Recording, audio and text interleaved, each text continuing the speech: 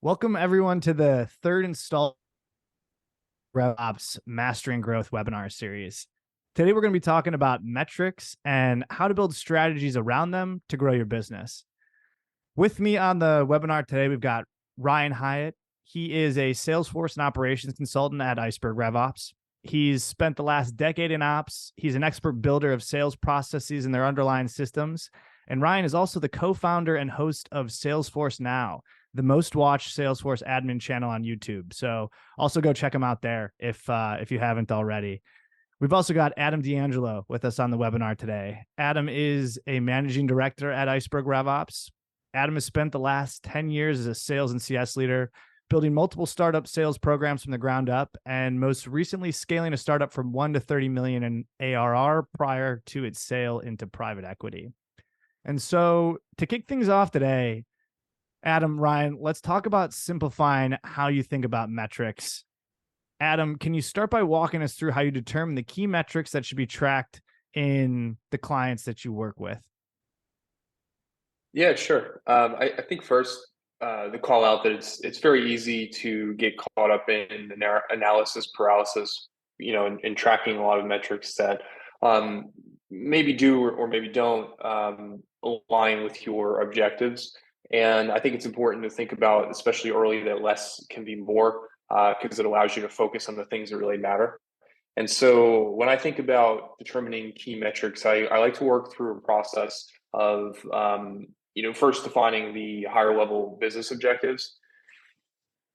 And so I think you want to make sure that those KPIs support your business objectives. So go through a process of first defining those top line company objectives. So that might mean, by the end of this quarter, by the end of this year, we want to arrive at X in total ARR, or we want to grow the new business year over year by 100%, or whatever that number is for you. And then from there, let's start working down to department level objectives that tie to those company objectives. And so for sales, for example, it might be that we need to improve our quarter over quarter or our year over year win rate by X%. So now that we start to have a good understanding of the objectives that we need to hit at the department level that are going to ultimately help us arrive at that company objective, then I think that's where you start to isolate those KPIs that are going to be drivers of those meeting those objectives. So maybe again on the sales side, it's things like improving your stage-to-stage conversion rates by a few percentage points, or ensuring that maybe some percentage of AE source pipeline is all within your ICP definition. So that way you're talking to the right types of companies, and that could be a way to pull a lever to increase your quarter over quarter win rate, which again ties to the department and the company level objectives. And I think as you work through that process, you're going to arrive at a couple of KPIs per department that are ultimately going to move the needle. And I think lastly, just developing that understanding of what those KPIs are going to help you develop it's going to inform what kind of data capture system that you need to create for reporting. And then making sure that you install a regular cadence of review so that you can understand those metrics in as real time as possible. And it gives you an opportunity to react and adjust as necessary. Yeah, I love that idea of breaking it down from the top down. You're reverse engineering from your business goals, business objectives, and trying to find the metrics each department and each individual at your company can and should have. In my mind, if you're tracking or want to track something, but there's not a clear path to how that then up levels to the next goal or metric all the way to that top line, why are you tracking that? And so I love that idea of from the top down reverse engineering that. And something that I love to propose when we talk about data, we talk about metrics and how to set. My thought is that rather than in the business data, we often think of it differently than scientific data. I like to think of data in the scientific method is to prove or disprove a hypothesis, right? You have your top objectives, your top goals, and you have the strategies that often support those. And if the data or the metrics that you're setting or trying to track, if those aren't going to help you to disprove or prove your strategy, what's the point there? And so we don't want to be chasing metrics. You want to set those metrics from the top down, just like Adam said. I think that's spot on there. and making sure that, we understand there's a lot of data there. There could be a lot of different numbers you're looking at, but to make sure that you have those core up top, those business objectives, and to build your way down. I think that's a great way of making sure that your team from the bottom understands how they can contribute and reach those top goals. I think the last thing that I would add on how is making sure that you understand that, Adam put it well, that you have systems in place to track what you want to. So if you're setting these goals and you want to make sure that you have those on department levels or on an individual contributor, you want to make sure that before you set these goals that you have those mechanisms in place, that you're able to track that over time, and really trust that process that you put in place is going to help you all the way bubble up those metrics and make sure that you're on the path to achieve those top line goals there. Before I move us on, I just want to make a quick shout out to the audience. If you do have any questions on what we're talking about, feel free to drop them in the chat, and we will be doing Q&A at the end for any questions that come in. And so moving us on, I actually want to double click on what actual examples of choosing the right metrics looks like and how you go about leveraging them. And so, Ryan, can you go one level deeper here in terms of identifying and thinking about what actual metric selection looks like? Yeah, good call out there, Brad. Something that we want to make sure that we keep in mind is that the metrics that you set, right, they need to be cognizant of, your industry, what you are trying to accomplish, as well as the maturity of your company. Whether you're seed funded, A or B. We often work with startups, so we work with companies in those different categories. And really, we like to break it down into, I like to break it down into kind of 3 buckets of areas where you should be setting your goals. And a lot of these, in my mind, are going to be revenue based. And I like to break it down into 3 buckets to make sure that we are tracking, that we have a good understanding of our company. And they're going to be new acquisitions or net new business, your retention and your retention rates, to making sure that those customers are staying with you on renewals. And the third one is expansion, that you are expanding and increasing revenue on current customers. I really like to tie goals and anchor those goals in one of those 3 buckets. Now, obviously, it's very dependent on type of company that you are, whether you're very new or maybe you have an established customer base. But I see those 3 buckets as a good place to start and anchor on new business, retention, and expansion in my mind. Yeah, and Ryan, I think you made a good point around reverse engineering, and as you're thinking about finding the right metrics to measure, I think on the softer side of this, it's also just important to remember how the metrics that you identify are going to dictate the behaviors that your team takes on a daily basis. And so it's so important to make sure that those are aligned. It's think about it in a similar way where you set incentives on like a sales compensation plan, but the incentives that you set, they may produce bad behaviors or behaviors that are unintended versus what you were hoping for. Maybe an example of that would be a sales rep is optimizing for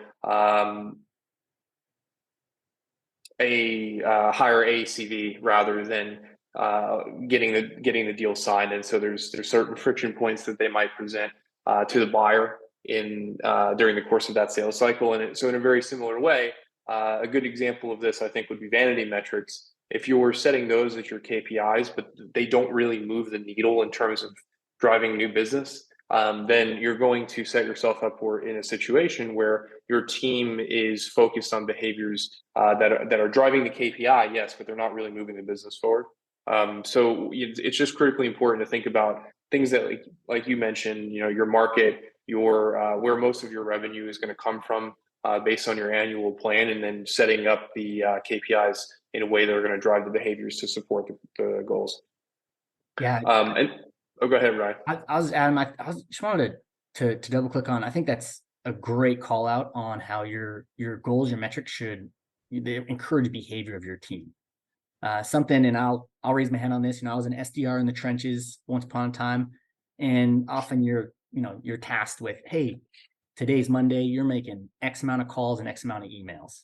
And I'm sitting there thinking, I mean, I can finesse the enablement tool, right? I can blast as many emails and phone calls as I want, but that's, in my mind, that's a vanity metric, right? That behavior that's giving is just sending out mass emails and phone calls, but it's not helping me with my goal that should be leveling up to my department's goal and then to my top. And so I love that idea there.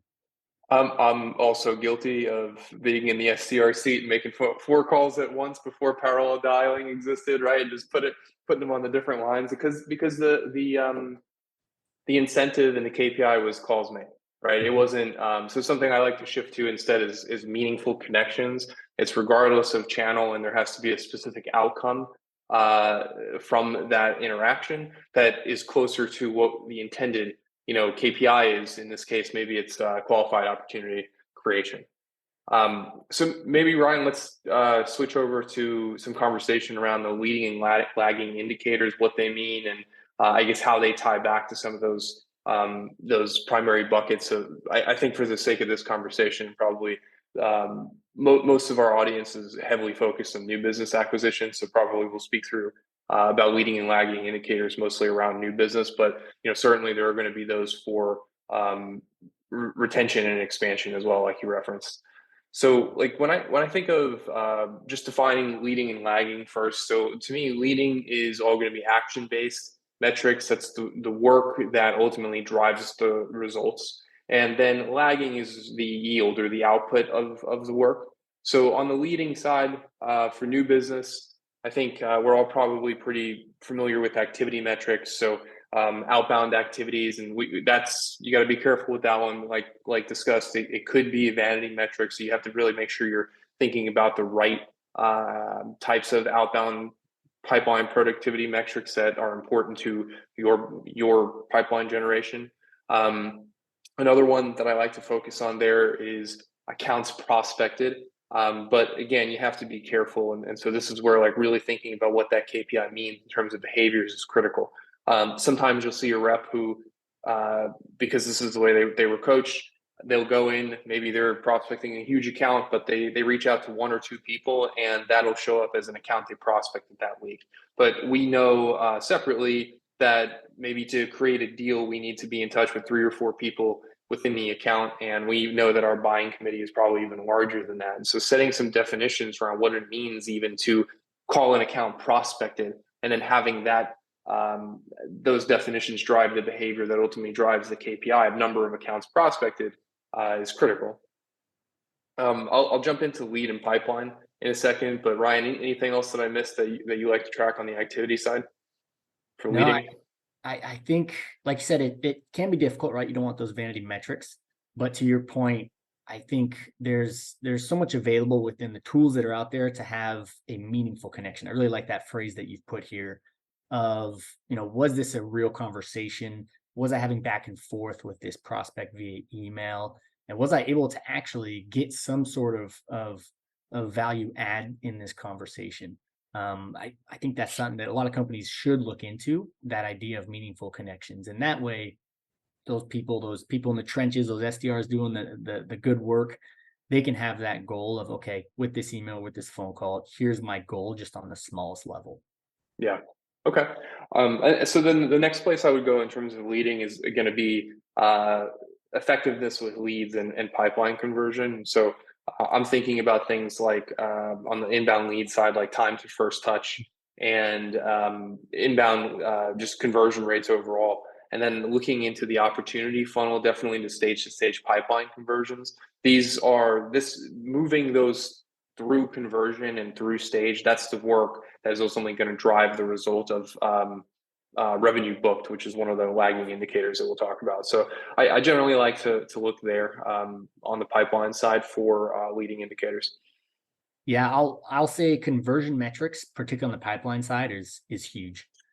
Too often I get kind of asked to kind of diagnose postmortem, what happened to my pipeline, and looking at conversion metrics in my mind is the best place to be aware of in the beginning, and to look back at, because I could see your pipeline and I can get these stage conversion and I can say, oh, they all go to die at between stage 3 and 4. There's a lot of dead time where they're assessing other things or we're no longer top of mind. And so I think conversion metrics, that's always on my list, looking at those leading metrics, so that when you get that, you can go to your team and say, okay, how do we double down? What kind of training can we do to increase and improve this KPI so we can move the pipeline forward? So I think conversion metrics is always my top on the leading indicators. Okay. Yeah, and maybe one more that is a little bit more granular. So you've got your stage-to-stage conversion metrics, let's say, as a leading, but maybe something that's a leading to that is actually the performance of a sales rep on a call in a stage that when we're trying to move to the next stage. So like a discovery call to a demo call, or and the success of that would probably translate to a high demo to or discovery to demo stage conversion rate. And so if we look one level deeper, we can even think about having a certain benchmark around rep score on like a rubric of your discovery call playbook as a leading indicator of the conversion metrics, and then ultimately downstream that revenue. So there's definitely a couple of different ways that you can look at leading indicators at different levels of the organization to make sure that we're driving towards the target KPI in unison. So maybe we shift over to lagging. Again, the yield or the output of the work. So here these are the ones that we're all really familiar with and speak to on a more regular basis most often. So that's going to be things like your new pipeline creation. So look back at how much pipeline you created during the prior period. I like to think about this as what is our pipeline creation from the past quarter, and what was our starting pipeline for the new quarter. Because ultimately, that's especially for like SMB and mid-market deal cycles, that's going to be a primary dictator of the performance of the bookings performance of the quarter, what you started the quarter with in terms of pipeline. And then another one on the pipeline side is pipeline to quota coverage ratio. I like to look at that at the department level, but also at the IC level to make sure that we are setting our sales reps up for success. Just moving on, revenue booked, quota attainment, and then your win and your churn rates, I think, are also pretty standard lagging indicators that you're going to look at to determine success and performance overall. And then finally, you can blend these two. So an example that I like to use is pacing metrics, meaning using leading and lagging indicators proactively to identify where you're going to land in the future.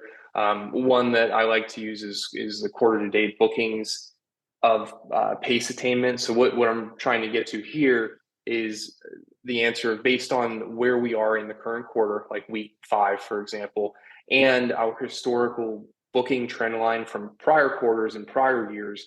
How are we performing against where we should be at the end of week 5 if we're going to hit 100% of our total quarter goal? And it gives a lot more context about how we're doing in real time, rather than just saying, it's week 5 and we're 35% to our quarterly target. That doesn't give a lot of context as it relates to how we're pacing on some recurring basis, probably a week over week type. So there's an opportunity to blend these two types of metrics together to provide a little bit more context when you're trying to inform the board, or when you're trying to work through cross-functional alignment maybe between marketing and sales to determine what you need to do to potentially close a gap to end the period at the right target. Yeah, I think you bring up such an important concept of the relationship between those leading and lagging indicators. Just with the example, a few metrics that you've given out regarding, meetings booked, right? Or even activity based, which is a leading metric. Sure.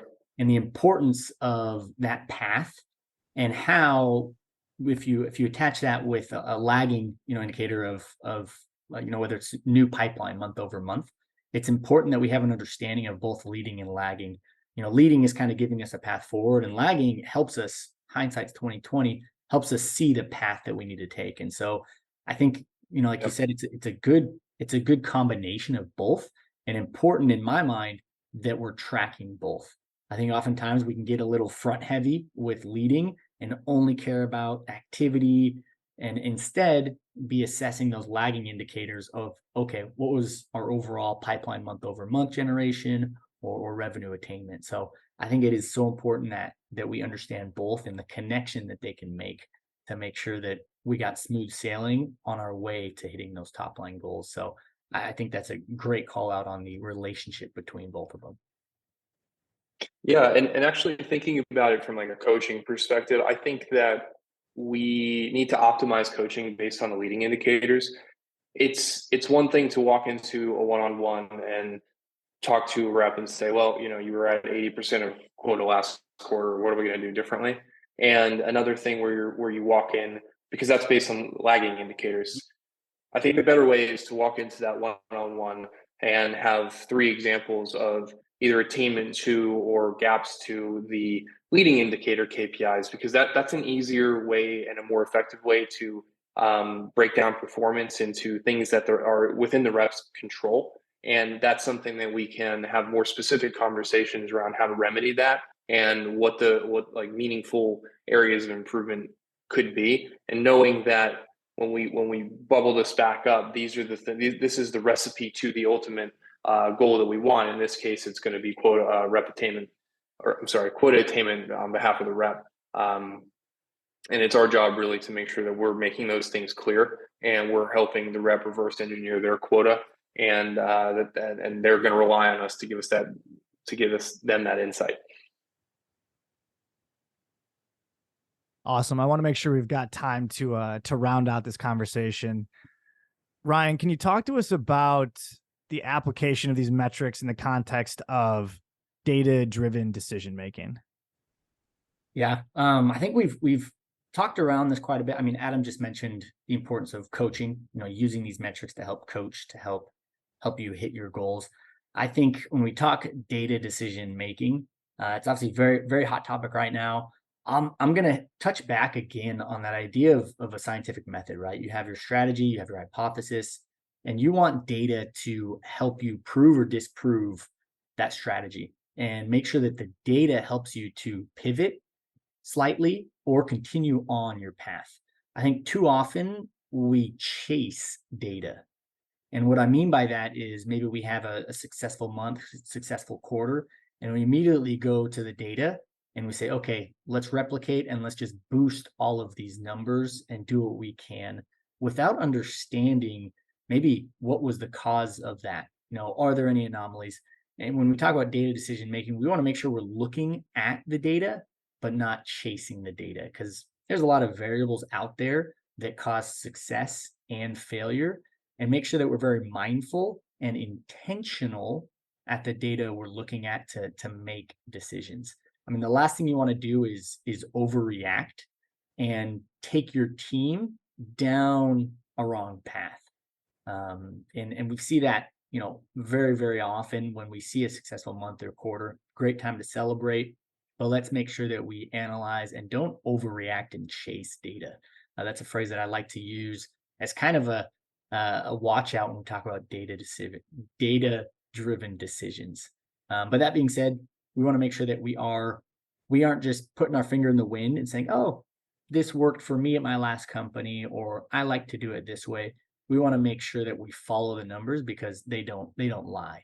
And so that we look at those to assess where we need to pivot, whether it is, we're talking about leading or lagging indicators, right? Making sure that we assess how we can improve to, maybe bump up our some of our intentional connections or meetings, or make sure that we are analyzing our conversion rates to make sure that we hit our attainment goals. And so make sure that we look at the data, but make sure you don't chase the data.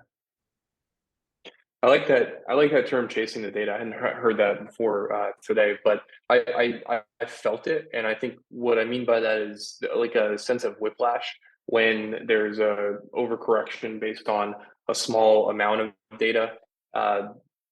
So and that can cause like fatigue and overload for the individual sellers, right? They feel like the KPIs are shifting on them, and there's not enough time there to really focus on behavior development and focus on achieving those KPIs before another initiative is put in place as a as a follow-up to maybe a month of some anomaly in the data. So I definitely can appreciate that. I'd also suggest, just in general, avoid data overload. So it's very enticing, but keep it simple early and get really good at understanding the core metrics that drive your business forward, and use that to inform decisions. And to the point earlier about chasing data, give it enough time so that way you can get to a certain critical mass of data to make that decision. If you find that a lot of your internal meetings are there's just too many metrics flying around, and there's difficulty understanding what they really mean, that's probably a signal to you're a little bit bogged down, and we got to pare it back and just go back to the basics. Speaking about the team, make sure there's cross-functional alignment on processes and the data definitions, so that way everyone can understand and interpret the data in a similar way, or from the same starting point at least.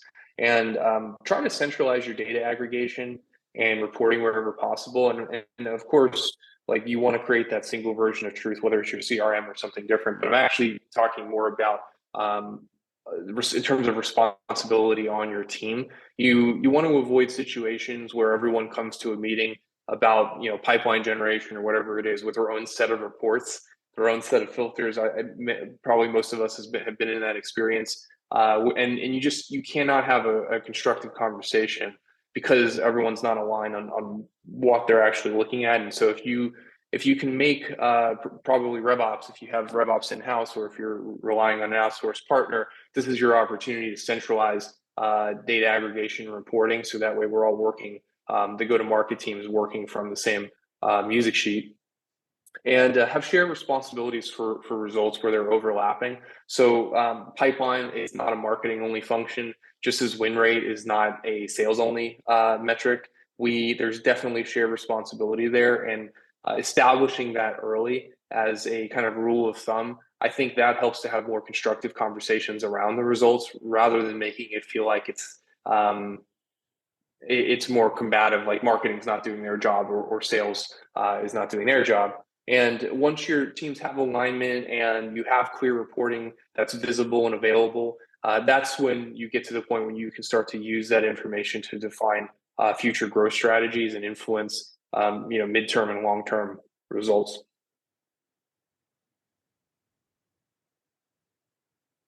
Awesome. We are coming up on time right now. I think this conversation has been fantastic. Really appreciate you both taking the high level and then the double click approach on how to leverage metrics in your business. What are the frameworks, and how do you apply metrics to make good business decisions? We'll stay a couple minutes over. There were a couple questions that came in. I'd like to get to at least one of these. If anyone in the audience is able to stay on for an extra few minutes. Adam, I'll kick the first one to you. What are some examples of bad use of metrics in a business? Bad use of metrics. I would kind of go back to the point I was just making, using metrics as a weapon. So I think that this is when there's not shared responsibility for key targets, and also using or selecting the wrong metrics, especially vanity metrics that are really for optics only, and there's not a strong tie between that metric and true results. So we mentioned calls and emails earlier. There are plenty of scenarios where call metrics are not a vanity metric, and there actually is a tight alignment between the volume of calls and the meetings that you're going to book, but that's not necessarily true for every business. And you just have to be cognizant of that and really understand, are these vanity metrics, are they not? And if they are, you want to eliminate them, because they're ultimately going to be time wasters and resource wasters, because you're going to have behaviors that are tied to achieving those metrics rather than the actual business outcomes that you're driving for. Awesome. I think we've got time for one more. Ryan, I think this is a good one for you, because I know you've run into this before. Question is, oftentimes our VC will send through metrics we need to be tracking, but our internal adoption of these metrics is shaky. How have you handled this situation with your clients in the past? Yeah, good question. So have seen this before, where a VC or an investor kind of hands down a metric, something they want to see, something they want to get tracked to your company, but your team just isn't falling in line, right? They aren't working towards that. I think first off, you need to make sure, one, how well is it communicated? And two, is the team aware of how this metric is going to help them accomplish their job, whether what they're commissioned on, what they're, are incentivized to do. As Adam said, metrics can help a behavior. And so maybe this is a metric that your team isn't used to. It could be new. And so I think it's important to communicate, how this new number is still going to help them accomplish the team's goal. And if it's completely out of left field, maybe a bit tough, may need to get some good understanding from the VC and how they've seen that metric in the past help companies in your same stage, in your same industry. But I think it's really clearing all the dust. I mean, that's what you need to do with metrics. Make sure it's very clear how it's going to help you incentivize your team and the behaviors you want to then ramp to the next goal and hit your targets. Excellent. All right. Thanks to everyone in the audience who stuck around for an extra couple of minutes. I really appreciate everyone's time. We'll see you on the next one for our 4th installment of the Iceberg webinar series.